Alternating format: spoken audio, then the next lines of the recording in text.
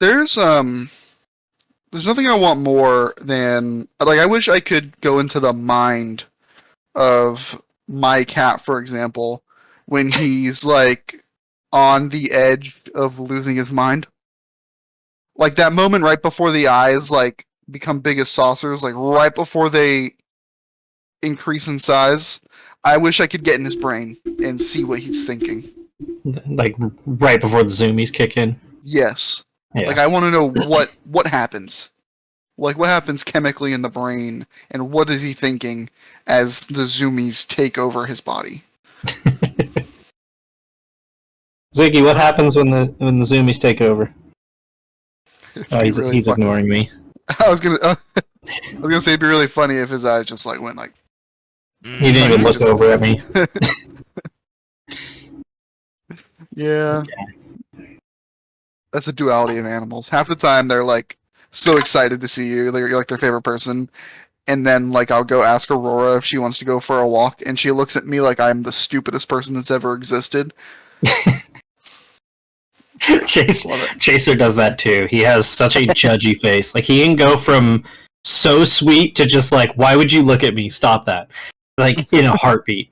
I've never wanted to answer any of your questions in my life. Let me sleep. Does Bristol do that, Joe? Does Bristol just have those moments? Bristol has a mean side eye, let me tell you. I bet Bristol has a side eye. I can just tell from his face. Bristol's got a good side eye. Whiskey has hit such grumpy old man status that like if my roommate's if she's in like VC or something, he'll come sit in here with me, and if I make too much noise, either I start talking or like I'm playing something on my speakers, he'll like let out a super loud groan and then just like storm out of the room. But he's so grumpy now. Yeah. Aurora's got like that old lady thing going on where it's like she's just so like particular. She just like needs perfect circumstances at any time. Can't lay on the bed unless she has like the perfect spot to lay in. Otherwise, she's on the ground and mad about it. Mm-hmm. Also, like has extreme personal boundaries. Doesn't expect you to uphold any personal boundaries of your own. Like she gets to do whatever she wants, but please think before you touch me. But I need to go sniff your ass right now. That's basically what it is. It's great. Yeah. Yep. Love to see it. Our pets are hypocrites. Kind of like certain drivers that we'll talk about. That's a good one. Welcome to the Fake Racers Podcast, everybody. Glad you're joining us again this week after a very fun All-Star weekend, Indy 500 qualifying as well. That was also very entertaining. Cars Tour, ZMAX Cars Tour on Friday night on FS1 had one of the worst starts to a race ever. But they rebounded. I think I fell asleep during it, though. Or maybe I woke up to the start of it. I don't remember. Anywho, it's a long day. Anyhoomst, I'm sorry. That was Davey being a smart ass. Matthew is back this week. By unpopular demand. Hello. By very popular demand. And I'm Joe. Hello. Davey. Hello. And welcome to the Fake Racers Podcast, where we're going to open up with a review of the Open. Carson Hocevar wins something. Good for him. Strategy helped him get that Indy Fuel number 77 to the front. All-Star game, Caitlin Clark, blah, blah, blah. Shout out to Caitlin Clark and Angel Reese for continuing their beef over the weekend. Really appreciated my monthly dose of the WNBA.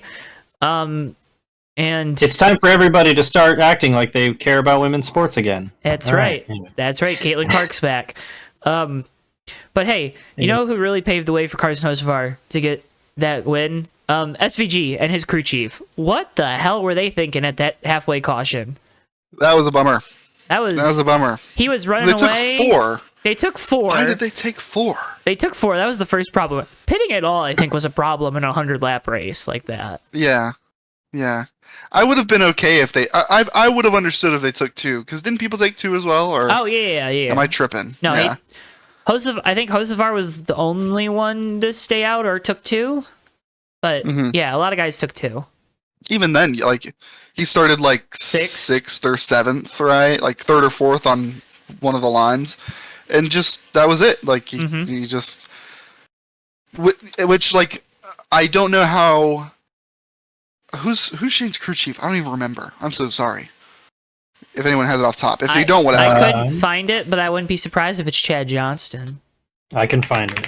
It's not. Chad Johnston's at Legacy, not as a crew chief, but. Ugh, that's right. That makes so much more sense after this past weekend. Hey, Legacy ran halfway all right. Yeah, shout out John Hunter Nemechek for putting his teammate in the wall like 3 times. Appreciate you, John Hunter. You're great. I don't care about the drivers. I care a little bit about Eric Jones, but I mostly care about Legacy Motor Club. But yeah, I just think that's a really poor mistake from Shane's crew chief. Yeah, like a poor Young understanding of his too. of his Stephen Doran drivers. is his crew chief, by the way. I don't know a who poor that understanding of his driver's skill set, in my opinion. Yeah. Right? Like you have a guy who has raw pace. Like it has no secret that he can pick things up and he can be quick. Has had a rough season though, but like he's in the open, he's leading, pulling a gap, like not even trying. I just feel like why would you?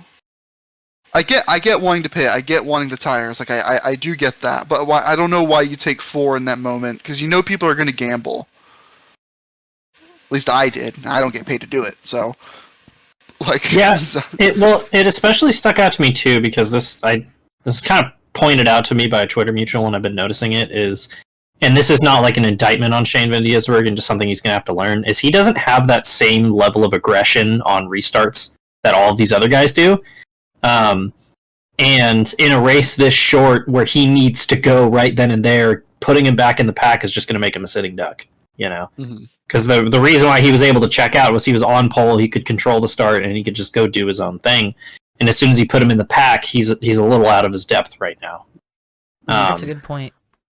Yeah, and I think that is like speaking from the driver side.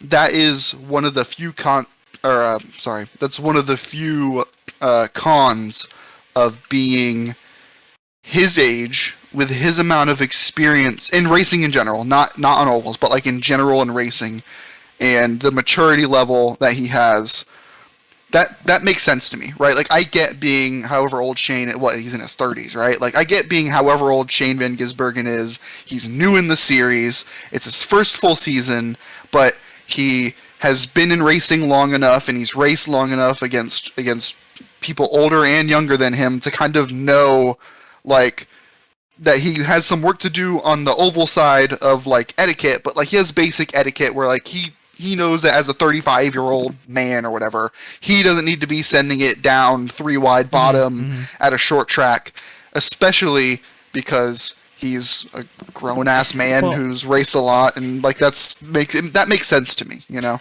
Yeah, I was gonna say don't talk to any front row employees about SVG's etiquette after the race, but you know. he got brake checked, whatever. Yeah, that doesn't bother me. Like, if anyone's mad about that, go look at the damn SMT of Zane Smith or whoever it was at brake check. Todd. Yeah, it was Todd, and like they showed on Todd like went up to him and they had like a brief couple words, and I imagine he's probably like, "Bro, don't brake check me" or something like that. I don't know. It didn't seem like it was that big of a deal. Yeah. Also, to just a little more info, Stephen Doran, his crew chief, his only other full season was Zane Smith's crew chief last year. So. Okay. Which got significantly better as the year went on, but maybe slow starts are the thing. Well, I think that is also like inexperienced crew chief move. I mean, that's kind of what we were all saying like when we first started talking about it. It reeked.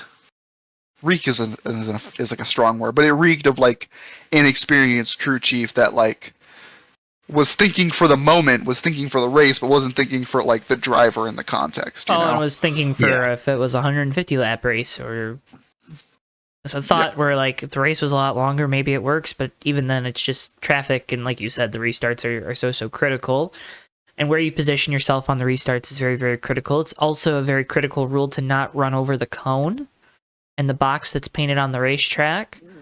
The fastest car in the Open was Ryan Preece by a mile. It felt like he was the only guy that was able to drive up through the field consistently and make passes.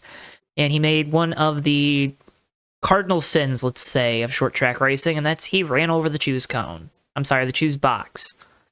Yeah, I will say, when they showed the view of it, like kind of from the direction of turn 4 on the broadcast, I was like, what? I kind of get it. It was kind of hard to see, you know? It was kind of hard to see. I mean, everyone else said it was hard to see. I'm not saying it's not his fault. He obviously ran over the box. Mm-hmm. Joe's making faces. Like, it's very obvious what he did. But, like every other driver also said that it was a problem, and then they repainted the box. Like, you cannot say that it was not hard to see. Sure. But wouldn't... If you don't know if the pan on the stove is hot, do you touch it?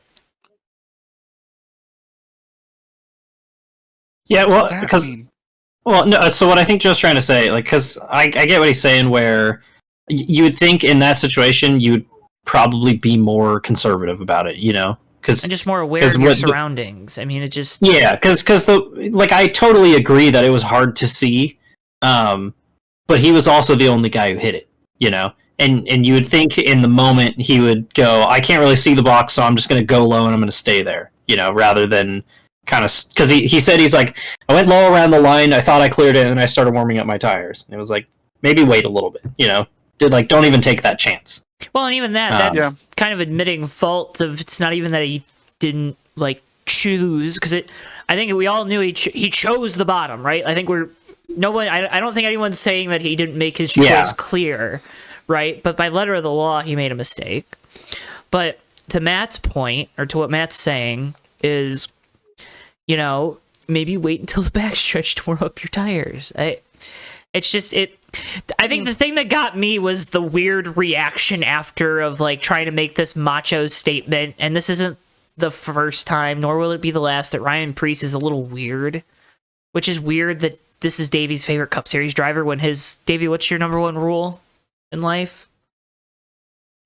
So weird. Yeah. And Ryan Preece is one of the weirdos in the Cup Garage. I don't think so, but... Yeah. Yeah. Want to look at your favorite driver's retweets? Oh, man, let's bring politics into this to really... Ooh. Like, okay, brother, like... My main rules, don't be weird. Yeah, it's fine. Doesn't sound like it. Yeah, in the end, it stinks that it's like it has to happen literally at the last possible moment. At the worst moment, too, right? Yeah, they have no chance to recover from it. I do think it's a little bit of column A and column B. Like NASCAR obviously realized like this is a problem, but you know sometimes you have to protect yourself from that. But not trying to be like, oh, you shouldn't screw up, but you know, like it happens. So, but he's going to learn from it, you know? I hope so. Yeah. It's just, that's like the perfect way to describe RFK's season this year. Is just like cartoon anvil one after the other. Oh my god. Brad Keselowski did not get better. Finally quick, wins the pole, right? And all that for the All-Star race. And then he just hops the cushion in turn 3. And of course, the next gen car is rigid still. So brace the suspension. That was crazy. Yeah. Shout out RFK. That was a big hit. We'll get into the RFK appeal later for Buscher's team. You sure will. Like you said, Anvil, cartoon, splat.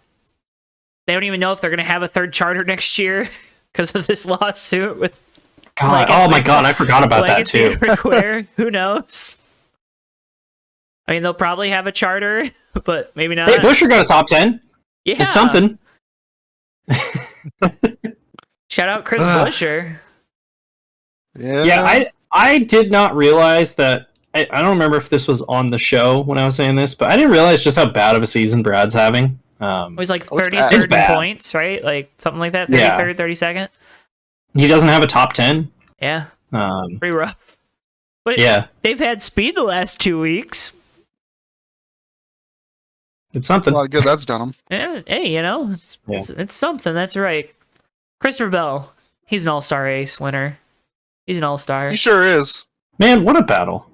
That was a good That was a good race, but a good battle at the end. Battle at the end, awesome. There's a couple of big takeaways I have from it. One, Joey Logano is a salty little bitch, and you know what? We're not. I don't think anyone is surprised. I want to wait though, because we want to talk about weird, Joe. Right. That exactly. Joey Logano makes me hate that my name is real here. Joey Logano is why I don't go by Joey anymore. Joey, really? I mean, no. First off, he's a grown-ass man who still goes by Joey. Yeah. Like, get with the times. What are we doing here? The only person who can get away with that is Joey Stefano, by the way. That's right. Yeah, true, yeah. Joey the Bull. That was a t-shirt. That's a t-shirt. There's a t-shirt that says... Some deep JTN lore. That's right. Deep something. But, Jesus. I hope Joey just, like, spit all of his coffee out. Because I know he listens every week. He listens to it when he works out or when he's going to the gym or whatever. So I hope he like trips on the treadmill. Please message one of us, Joey. I'd appreciate it if you did. But Christopher Bell, I think the one thing that has been missing from Christopher Bell's repertoire these last few years, and I think it's shown up in some of the moments when he's in these battles, is he's lacked that killer instinct. The edge. Yeah. Almost like the aggression, you know. And it's not even the aggression, it's about knowing, like, there are guys that have plenty of it, but they don't know how to use it correctly, right? Carson Hocevar is the shining example. Look at our open way. Yeah, there we go. He's the shining example right now of this. Lane Riggs, we'll talk about him in a little bit. I was going to say, there's one other one that we're definitely going to talk about. Starting to get there, right? Golly. But Christopher Bell has finally gotten to that point where he is a Kyle Larson in the making, right? You know what I mean? Like, for as much hype and credit that we give Kyle Larson for being a great race car driver, I feel like Christopher Bell deserves almost as much at this point. I agree with that. 100%. The only problem I have is a personal anecdote for that too. He drives a Toyota. He drives for Joe Gibbs Racing. So yeah, he will have that going against him. But hey, he moved Joey Logano out of the way, and the place went crazy when he did. So maybe he made some fans. Oh, it's good TV. It's good TV. So, that's good right. TV, Joe. Before we get into the finish, I want to tell a personal anecdote from Saturday. So I was at the BMX track, and there was a person who I was talking to who's not going to listen to this, so I don't really care. And was just being negative and rude the whole time, and then just like started shitting on me for liking NASCAR, and was trying to talk like he made a joke about like, oh, being at homeboy with like Supercross on one screen and NASCAR on another and sprint cars on another, and I was like, I take offense to that. You think I watch sprint cars? As a joke, I don't really care. But and he started ripping on about how NASCAR drivers suck, and I was like, dog, every single dirt track driver thinks they're the best race car driver in the world. And then Kyle Larson and Christopher Bell show up and run laps around every single one of them. Like, don't even come at me with that. And then he was like, well, maybe Larson, not Bell. And I'm like, dog, Bell's won the Chili Bowl like 4 times. Like, what are you don't even know what you're talking about. And then it felt so vindicating that even though I don't care about Christopher Bell one bit, that he went out and just schooled Joey Logano on that last run. And I was like, man, who stinks now? As he was lapping Kyle Larson on the final lap. And I was like, man, this is funny. Like, it's just, you can't write it. Like, that's really good. I didn't think about that. I didn't think about that part. The other thing to remember with Christopher Bell is he's got another win coming up at New Hampshire, right? And that's a playoff race this year. So, but yeah, that entire final battle when it was very clear that Bell was faster, and Joey just stopped trying to be fair with his moves, and I was like, you're gonna have to just move him. Oh, like, yeah. you're just going to have to do it. Like, as soon as Joey basically stuffed him into the wall in turn 1 and he fell back like half a second, I was like, you have to just move him next time you get there. And sure enough, he did exactly that. And that was the crazy part about Joey after the race, because he was pissed off for, like, a bunch of reasons, one of which being that he dominated the race and, like, had one of, if not the fastest car. And no, yeah, exactly. Cry me a river, right? Like, it's racing. Christopher Bell is... He's only been doing that for 15 years. Exactly. So the thing that was crazy, though, he's like, when he says, oh, I can't believe he raced me like that, it's like, brother, what? Like, did he forget what he did last week at Texas? Race car drivers are just hypocrites, man. It's crazy. Yeah. It's just crazy. Like, did he forget when he went onto the apron to pass Michael McDowell a week ago and then ran McDowell up into the marbles the very next corner? Like, he did literally the exact same thing that Christopher Bell did this week. He literally did dude. He did what Christopher Bell did to him. Like, okay. Look in the mirror. And I don't want to get it twisted either. Like, let's be, like, to be fair, every race car driver is a little bit of a hypocrite. But I do think it's way more scathing and way more silly and way harder to take seriously when it's Joey Logano of all people who is open, who are trying to make the point. And Joey Logano is someone that is open about being two-faced too. Like, you know what I mean? Oh, I'm someone when I'm behind the wheel of the race car, I'm a totally different person. I'm a super competitive. I put the helmet on, I see red. It's like and that's why nobody respects you, because Kyle Busch put it perfectly like 5 years ago when he was on Pardon My Take, and he was like, I hate Joey Logano so much because I'm just an asshole all the time. Joey tries to be everybody's friends and then puts his helmet on and becomes an asshole. Yep. Just pick one or the other. Yep.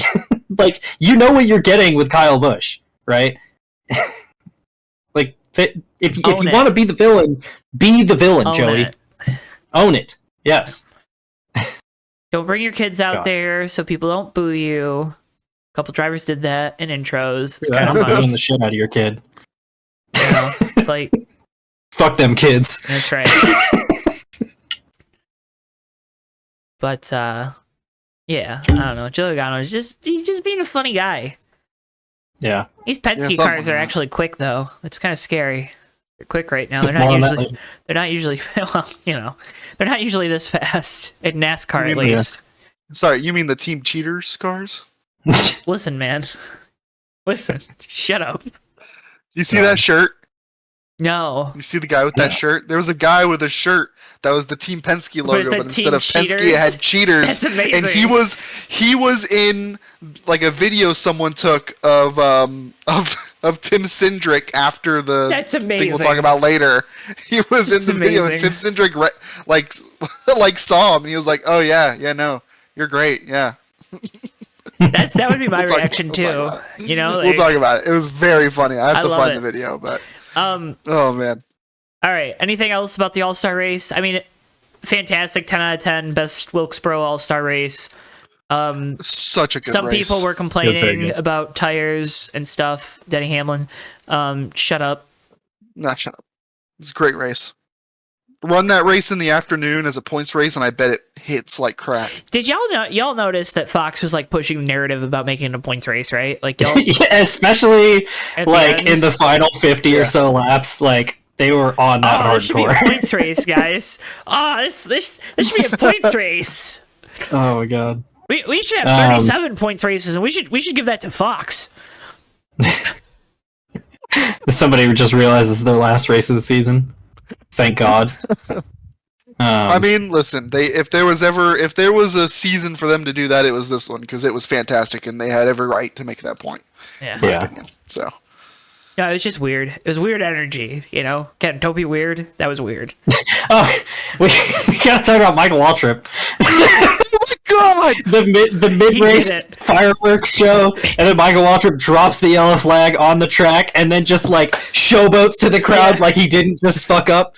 Dude, okay, I have a story. Actually, you know what? That's gonna be my road to pro moment. Never mind. Okay, I have a story about that though for later. That's actually what I was gonna say for mine, but you can have it. No, you can have it because I have a story related to mine. Okay. So have you guys ever seen that? It's that darts video where the guy he's getting ready to throw, and then he turns to his opponent and he's like, "Do I fancy double nines or double 12s? Who's in charge, me or the devil?" And then misses all 3 shots, and then still showboats to everybody as he walks off. That's exactly what Michael Waltrip did. I love Michael Waltrip. Because he dropped the flag and then immediately just mugged towards the crowd like, yeah! I love Michael Waltrip. Dude, Michael Waltrip was just that guy that you see at your local dirt track who directs the cars as they're racing. He was that guy. And you know what the best part about Waltrip is? Yeah. Like, he is so good in the booth. He is good. He is he's underrated. I wish he was in the Cup booth with Harvick and Joy. Like, instead of Clint Boyer trying to be Michael Waltrip, just have Michael Waltrip. Literally the spiritual and familial successor to what DW was in the booth. Yes. Except I think Mikey would be better. Yeah. Yeah, I agree. Oh God! Missed opportunity. I mean, I hope they haven't passed up on him and they've like offered him the job and he's like declined it or didn't want to do it. But you know, it's Fox, so they don't usually make good decisions. No. Case in point, they tried to get Jeff Gordon in the booth for some reason. That was bad. It wasn't. That was an error. That was bad news bears. I was definitely looking at it a lot. We didn't have Heim time Saturday, despite Corey Heim once again dominating a truck race. Chandler Smith wins, and you know, whatever. Chandler Smith, ooh, yay. There's a lot there. We talked about it a few weeks ago. But Lane Riggs continues to be silly. Be a silly goose. Man. That's the third time in 3 weeks, or in 2 weeks, he's done that. It's just the second time in 2 weeks. You can just say that. It's okay. No, because he did it at the end of one of the stages today, too. Or on Saturday. Oh, okay. Yeah, because he bodied Heim coming to the end of stage 1 and allowed Grant Enfinger to win that one. Oh! Yeah. So he screwed up twice. Yeah, and did it to Hocevar last week. Oh. Which, by the way, I hadn't watched the finish of the truck race up until Saturday, or from last week, and just Hocevar flipping him off out the window all the way off of 4 to the finish line. So good. Oh my gosh. Yeah, that's not good. It's I don't really know how to tee into it other than like somebody needs to sit him down and talk to him about this. He can't get out of his own way, can he? Nope. No.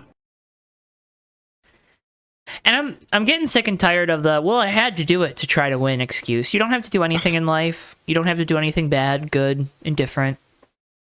No one's making you. Oh, I had to wreck that guy to win the race. Oh, like, okay, great. That's how little you think of yourself? Bam. Yeah, gotcha. And like, I think that's the thing that bugs me most about this one, too, is the complete lack of awareness, because like, he runs Heim up into the marbles. Oh, sorry, that's my phone vibrating right here. He runs Heim up into the marbles and causes him to spin out, and then he's like, oh, I left him a lane, like, I don't think I did anything wrong, and it was like, well, you kind of didn't, you know, like, technically, yeah, you did leave him a lane, but it was like what Blaney said in the booth, like, you pushed him up into the dirt, like, you knew there was no grip up there, like, what did you think? Yeah. You knew what you were doing, you know, and if you don't know what you're doing, that's worse. Yeah, it kind of looked like, too, I'm not sure if this is what happened or not, but the way you spun, it looked like he maybe cut a tire down getting into him or something. Like Lane Riggs cut Heim's tire when they touched, maybe, is the way he spun. Because I saw people like, it's Heim's fault because you got in the gas and spun out. And I'm like, that's such an unbelievable thing. That's very bad. An unbelievable thing to say about that moment. I can't take you seriously if you say that. Now, a lot of people race car driver that. mashes gas off a corner late in race. Wow. But I think like that's kind of part of the problem where like I feel like Lane Riggs had a lot of blind faith put into him last season. There's a lot of hype for Lane Riggs in his rookie season. And I totally understand. Short track guy, like, you know, Scott Riggs was a thing. Like, I get it. And he kind of didn't... A thing. Well, you know how... Yeah, you know how NASCAR fan weirdos are about people from the mid-2000s. Like, any driver from the mid-2000s is God.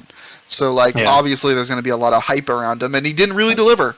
Even late in the season when he kind of started delivering, like, it was all for naught. Like, he missed the playoffs in a truck that won the championship. And this year, he's not looked any...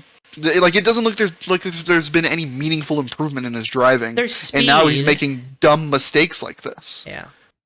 Yeah, nobody doubts that, like, he has raw talent. Right. And the speed's there. Like, it's better this year than it was last year. But, you know, there was that stat earlier this year where he's been passed for the win on, like, 5 straight mile-and-a-half races. And, like, that's one thing. You know, that's just, okay, this is a guy who can drive, but he hasn't figured out how to be his best at the end. But this is 2 weeks in a row now where he's been on the attack and he's just completely blew it. You know? And there needs to be... I don't know if moderation's the right word, but he needs to like take a step back and think about like what he needs to work on rather than just, okay, I can't beat Corey Haim again, so I'm just going to run him into the fence. Like, this is the same thing that we all criticized I mean, it's obviously not as egregious, but it's the same thing we all criticized Sammy Smith for like a month ago. Second's good. If you can't get first cleanly, then take second. No, win at all costs. Wreck your mother to win. I just hope there's someone in that organization that has pull who is hearing Lane Riggs say, "Oh, I was just trying to win the race," and telling him to knock that off. Because that is, that's a piss poor reason to give for knocking someone out of the way and driving someone up into the fence or wrecking someone, and it's become all too common. We've talked about this, Joe. Yes, I was gonna say, too bad Michael McDowell isn't there anymore, but then I remembered Michael McDowell ain't any better. So, that's like the default Michael McDowell response to when he causes a big one from P2. God wanted me to. Have the power of God and anime on my side. Yeah, I mean, young drivers making mistakes, right? Like, that's just... Unfortunately, that's part of it nowadays, but... Yeah, I'm less willing to call it a mistake than others, but yeah, young drivers being young drivers. At this point. Yeah. And like, and it's the thing that I've said 1,000 times, is we don't talk about this stuff just to condemn a guy. Like, we want Lane Riggs to get better. Well, okay, maybe I don't. Okay. Not sure about Joe. But yeah, like we say this because we want to see Lane Riggs improve, because like we were saying earlier, he has a ton of talent. Like, he can very clearly race with the best of these guys. Just take second sometimes, man. It's okay. Yeah. Racing. Young drivers, some made mistakes. One that didn't was Robert Schwartzman. My God. Bam. Prima on the pole. Wild. Prima. That's the main thing for me. Yeah, there's something poetic about when IndyCar was adding the charter system, and Prima were pushing hardcore for, like, we cannot have guaranteed entries into the Indy 500, like, because that would basically screw us. And then they go out and win the pole. Yep. Just kind of perfect. Yeah, that's awesome. It just shows you, again, the beautiful nature of Indianapolis 500 qualifying was on full display, despite there being a lot of controversy, which we'll talk about. Yeah, that, in my opinion, is part of the full scale of it. Well, of course. Yeah. Got to be some cheating. But everybody cheats. Yep. And some people don't get caught till a year later, apparently.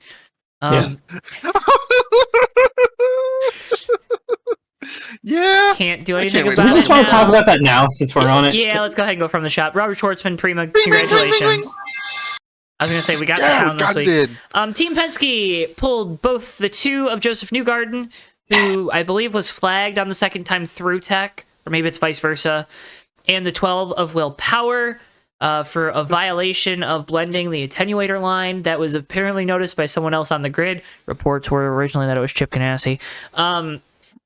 Both cars will now, IndyCar announced today, penalties to the 2 and 12. They will both be on the back row for the start of the Indianapolis 500 on Sunday.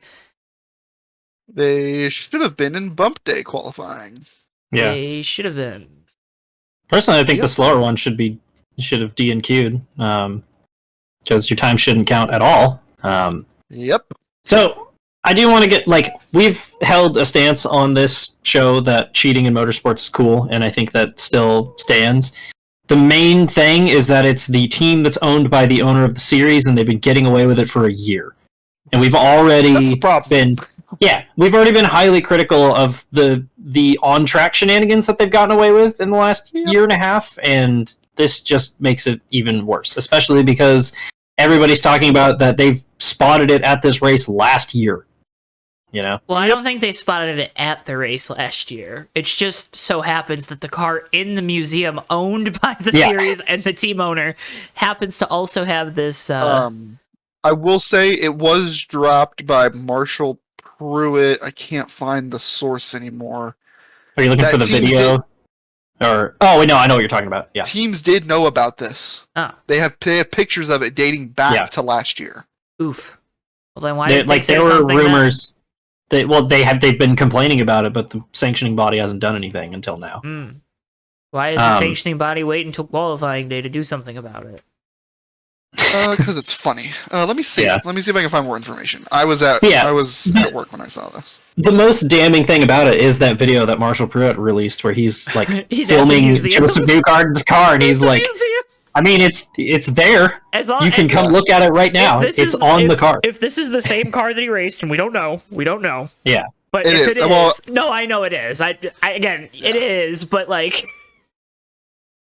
yeah. Oh, it's asinine. And it's it's just so it's so frustrating. It's frustrating because it's the richest team on the grid, and you know they don't have to do this to qualify for the race. Yeah, well, and it just points out the like complete conflict of interest in having the guy in charge of the series and running things. I know Roger doesn't obviously make all the calls on individual penalties, but it's a terrible look when the team owned by when the team that's owned by the guy who runs the series has been getting away with an illegal car for a year, even if it is a small advantage, and everybody's known about it for a year, you know? It's so frustrating. To my knowledge, Penske Entertainment and then Penske Racing are different entities. Both headed, of course, by Roger Penske, so that's where the overlap is, right? The name's on the door. I would hope that we have faith that Roger Penske has some integrity. I don't know. Maybe we don't. That's okay. It's obviously fair to question it in light of this past weekend. Another thing to mention is Scotty Mack flipped in warm-ups on Sunday, so 3 never made it to the grid for Bass 12 qualifying. Avoided the penalty. Pretty much. I believe it'll still have to start at the back, though. More than likely. Yeah. But at least avoid the penalty. And I don't think there was a points penalty. Was there? I know there was a $100,000 fine. I don't believe there was any points penalty to this. I think they lost their qualifying points that you get. Yeah. But without like 100-point penalties and getting them out of, I forget what IndyCar's like championship points. You have to be like top 20 or top 22 or something in the points to get money payout at the end of the year without like significantly impacting them from that. I don't know, $100,000 to the guy that's gonna make money hand over fist on Sunday doesn't seem like a lot. Yeah.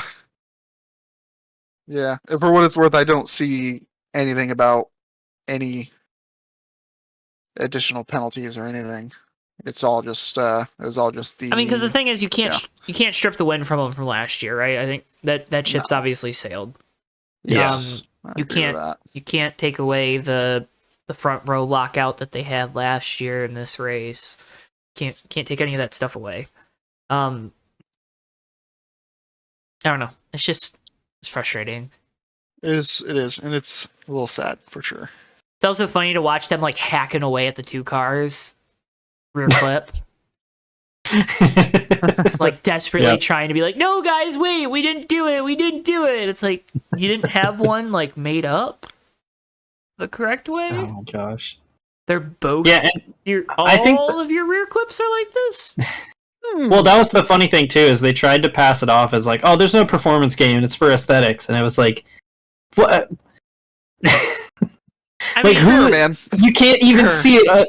You could barely see it when Marshall Pruett was zoomed in with it on his phone of the car stationary. Like, no, it's not for aesthetics. Like, don't piss on my leg and tell me it's raining. Like, we all know what you're doing. I mean, I think it's for aesthetics, but it's fine.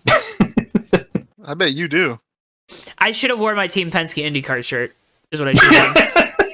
I got one at JCPenney on Black Friday because they were on sale for 50% off. Because I was like, that shirt's sick, and it has like just 3 random.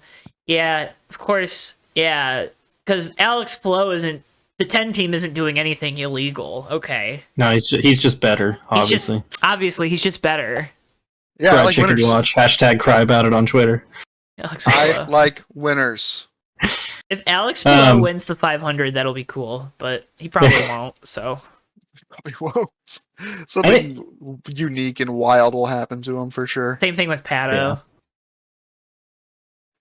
We did obviously we mentioned Schwartzman putting it on pole. Also, big shout out to Kumasato P2. Oh yeah, one race a year. Just like shows up, puts it on the front row, and he's like, "Yeah, I'm gonna win another one. Whatever." Shout out HPD. Oh yeah, Connor Daly made the Fast 12. That's pretty cool. Yeah, wild. Connor Daly is such an interesting case because I don't really care about him as a driver, but there is something I just can't help but root for him at Indy because everyone there loves him, and the place goes absolutely bananas when he's near the front, and I dig that a lot. Yeah, same. So I hope he's fast on. I hope he Sunday. wins. I'd be okay with that. You know who else I hope wins? RFK. The fans. But yeah, also I hope RFK wins their appeal this week. Because Chris Buescher's team, they're going to go ahead and appeal the front bumper modification penalty that they got after Kansas. I don't know what any of this is about. I don't know if I think they were just waiting to appeal it this week so that way they could serve one of the 2 race suspensions with the All-Star race. It'll be really funny when the appeals panel's like, no, you can't do that, and like makes it a 3 race suspension. Well, hang on. What if they win the appeal? Then NASCAR is legally obligated to run the All-Star race again and make up for it. Ooh. Just saying. All this lawsuit stuff with NASCAR and 2311 and front row. Screw that. It's RFK sues NASCAR to rerun the All-Star race with all their team personnel present. You must invent time travel. Reinsert our crew chief back into the timeline. You really think NASCAR would use time travel to put Scott Graves on top of the 17 pit box and wouldn't stop Michael Jordan from buying a race team? That's really what you think they'd do. NASCAR's going back to the '97 finals, telling the Jazz you got to defend this jumper here. He's gonna shake him out of his shoes. You can't let him win 6. Put all 4 guys on him. Bill Lampier, you gotta clobber this guy before he can get good. Take him out. End this guy's career. Imagine time travel is invented, and it goes down in history books for centuries beyond that time travel was invented because NASCAR wanted to kill Michael Jordan.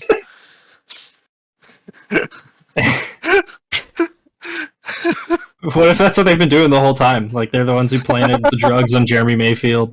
That's why they need all that money from the charter situation, dude. That's what Jeremy Mayfield says, so. It was aliens, man, I'm telling you. He's like, those weren't my drugs. And NASCAR's like, then whose drugs are they? We've lost the plot this episode. Davey, what's your bottom split moment of the week?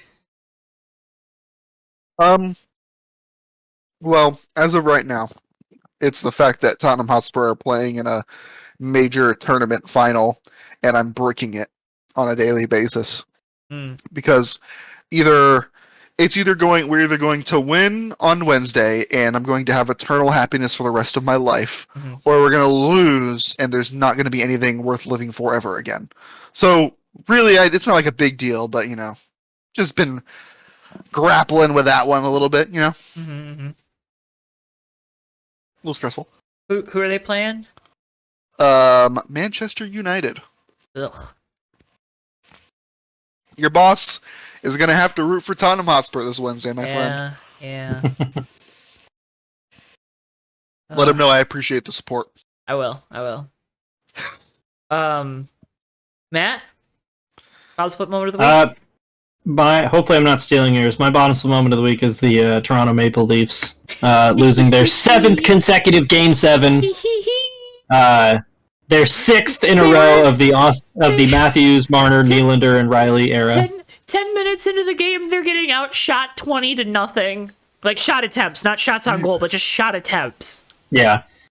They scored over the last 4 games of the series. To put it in perspective, they were up 2-0 in the series and up 3-0 in Game 3. They blew that 3-0 lead. They then lost 3 in a row, and in the final 4 games of the series, they scored 0, 1, 2, and 1 goals. Completely just laid down and died like they do every year. And shout out, what are we doing here? Stanley Cup playoffs are once again the same 4 teams as last year in the finals. So we appreciate the conference finals for at least making it not entertaining. I don't know. The funniest part about this is they're not even the only team on a 7 game or who have lost 7 straight Game 7s. The other one's Colorado Avalanche, and they've won a cup in the last 3 years. So it's like they're just like, yeah, if we just avoid Game 7, we're unbeatable. Yeah, I think Colorado, it was like 2002 though was their last Game 7 win, or 2001, something like that. Like when they won one of those cups, 2001 then probably, because we won in 2002. Yeah. But yeah, time is death, taxes, and the Maple Leafs losing in Game 7. Time is a flat circle. Mitch Marner, come on down. You are now a Detroit Red Wing. Actually, I don't know if that would be a good thing or a bad thing. I think Austin Matthews might be the problem, but that's okay. Yeah. Someone's the problem. My bottom split moment of the week. You know it, you love it. Bam, bam, bam, bam, bam. It goes out to you, Matt. Because it's actually, I mean, it's kind of a Road to Pro moment, but I'm kind of mad you took my car's name. You stole it. So, Bluey? Yeah, there can only be one Bluey. Oh. So. I mean, it's not too late to change. So. Congratulations on the new vehicle. Your bottom slip moment is that I bought a new car. That's how Joe good my just week be was. preying on people's downfall. No, that's just how good my week was. Yeah. My bottom slip moment. The worst thing that happened to me this last week was Matt got a new car finally. He got a car that I would love to have. It's pretty nice. I like it a lot. So. Did you get a hybrid? I did. Ooh. So actually, I'll just alley-oop this into my Road to Pro moment. Good. It is. But see, originally my bottom slip moment was going to be my car died, and then my Road to Pro was going to be I got a new car. But then the Maple Leafed. So, yeah, I bought a 2022 Ford Maverick XLT hybrid. Got a stupid good deal on it. It's pretty great. Like it. It gets 45 miles per gallon on my way to work, which kicks ass. Yeah, it's a good little rig. Good little pickup truck. Yeah. And honestly, it's the size that pickup trucks need to be. Yeah. Like, I was not entirely sold on the Maverick at first, and then I saw, like, a size comparison of it to the original Ranger, and I was like, oh, okay, it's an actual small truck. Yeah. So. And the crazy part is, I'm pretty sure the bed, like, length is the same as the current Ranger. Like... Probably. It's only, like, a 4-foot bed. And the current Ranger is, like, huge. Yeah, because it's like lengthwise it's the same as the old Rangers, but it's it's a quad cab now, so you're losing a couple feet off the bed. But like, I've looked up pictures. Like, you leave the tailgate down, you can fit a dirt bike in the back of it. So my BMX bike literally fits perfectly in the trunk or in the bed. So I'm super happy though. Drives great, and yeah. You got a bed cover? Not yet. I want to get. I don't know if I want to get like one of the rollback ones or one of the folding ones, but we'll see. So nice. I'm gonna get something for it. And Ford Maverick, one of the most customizable trucks on the market. Shout out Slate for making the new most customizable truck on the market, but that's okay. You guys don't know about that. Oh, good. I've seen those. Okay, good. I kind of like them. It's $20,000 electric pickup truck. I love it. Yeah. Davey, Road to Pro moment. I think we have the same one. I talked about this a little bit. Talked about this a little bit earlier. Mine, wait, I guess I'll go first, because mine will lead into yours, I think. Mine was Michael Waltrip on Sunday. Just... chaotic grid walk, loved it. They're like, oh man, we got someone with a lot of charisma that's gonna be throwing the promoter's caution. Ooh, it's like, okay, so Michael Waltrip's throwing the promoter's caution. Goes out there in his Winston jacket, has the hat backwards, just absolutely killing it, waving to the crowd, getting them going. Drunk off his ass. Oh yeah, I loved it. You know what would have been the objectively funniest time to throw the promoter's caution? Do you remember 2 years ago when the caution came out like 5 seconds before Ryan Blaney took the checkered flag? Yes. Just like, bell off 4, cautions out. They did have rules in place. They couldn't throw it in the last like 30 laps. Yeah, they had to throw it before 220, and if a caution happened after 200 and they hadn't thrown it, there would no longer Michael Waltrip doesn't play by your rules. Yeah, he's thoroughly established that through. I was talking. I think I was talking about this with Steven, like while it was happening. But we were talking about it. Is like, wouldn't it be objectively funnier if like it just went green the whole time? Like they never threw it. Like they had it, they just never threw it.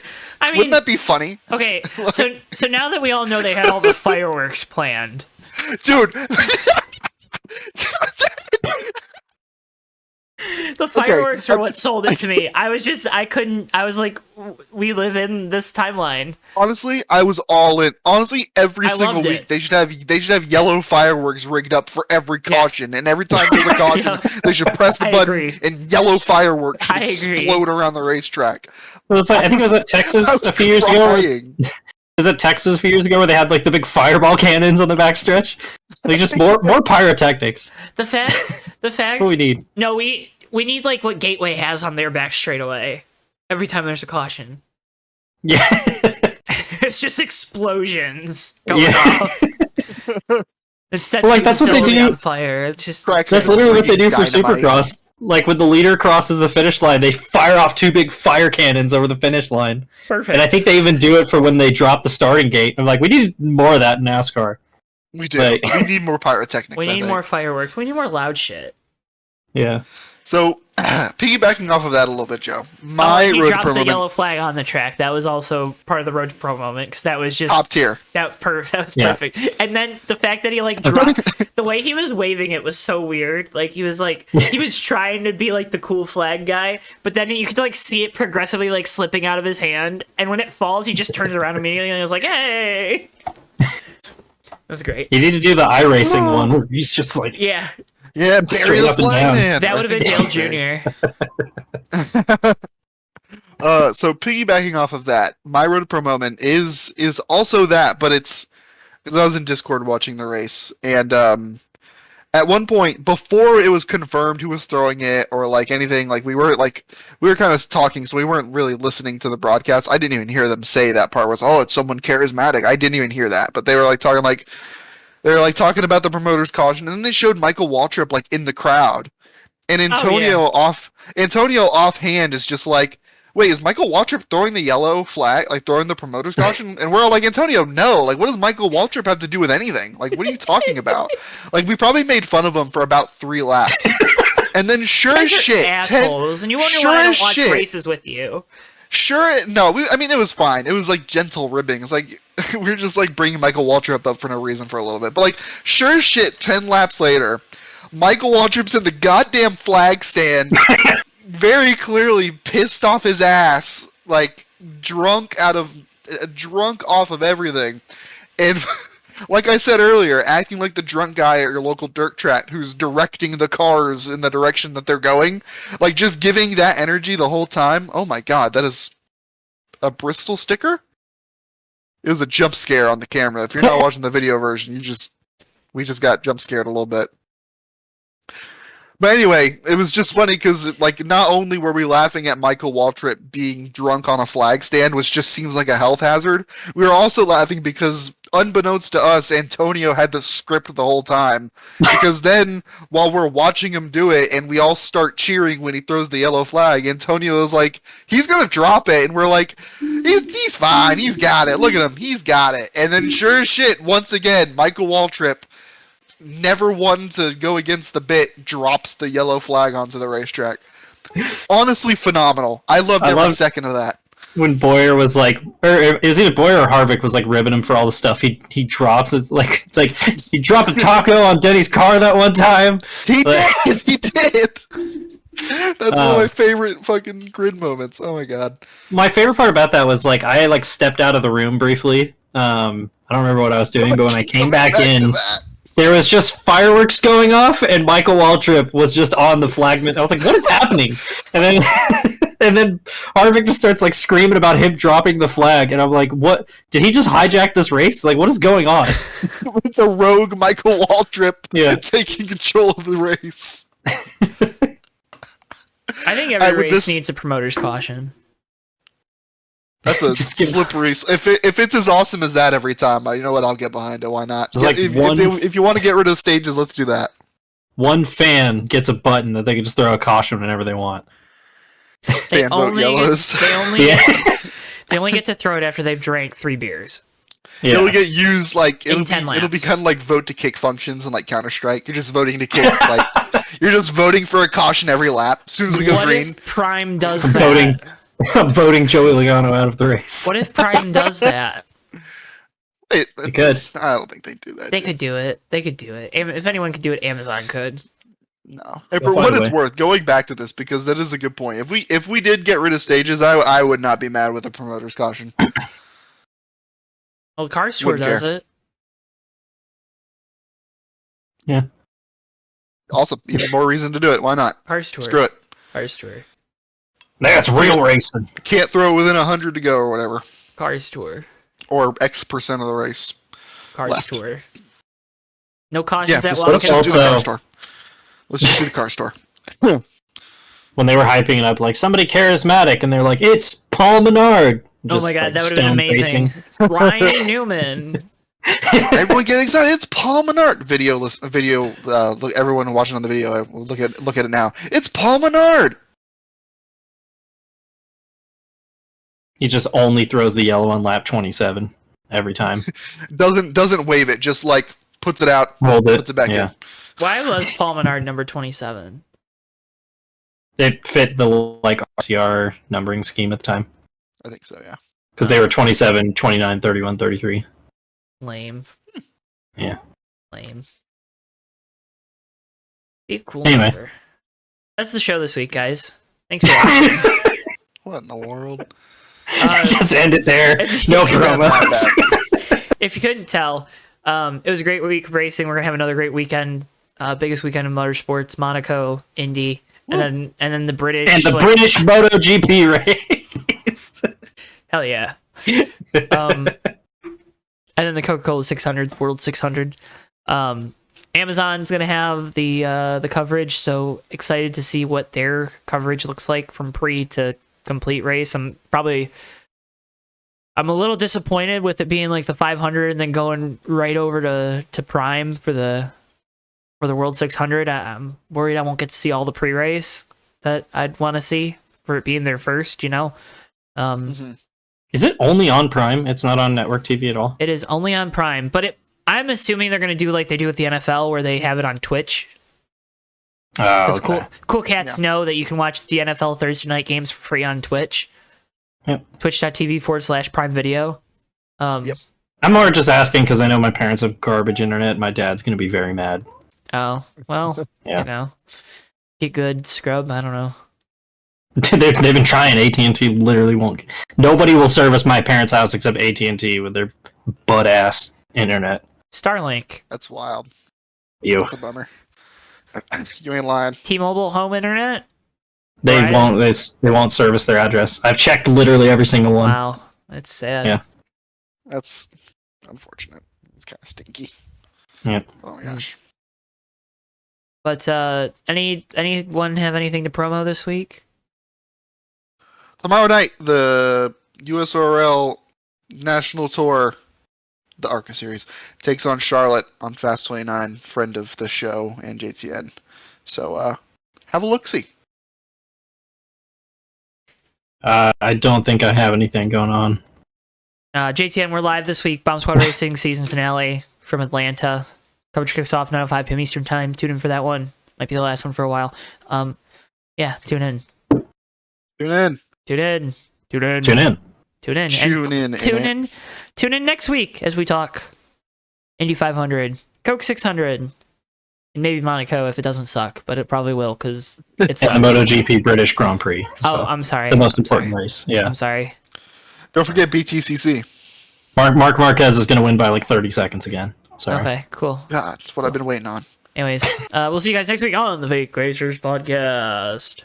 Goodbye.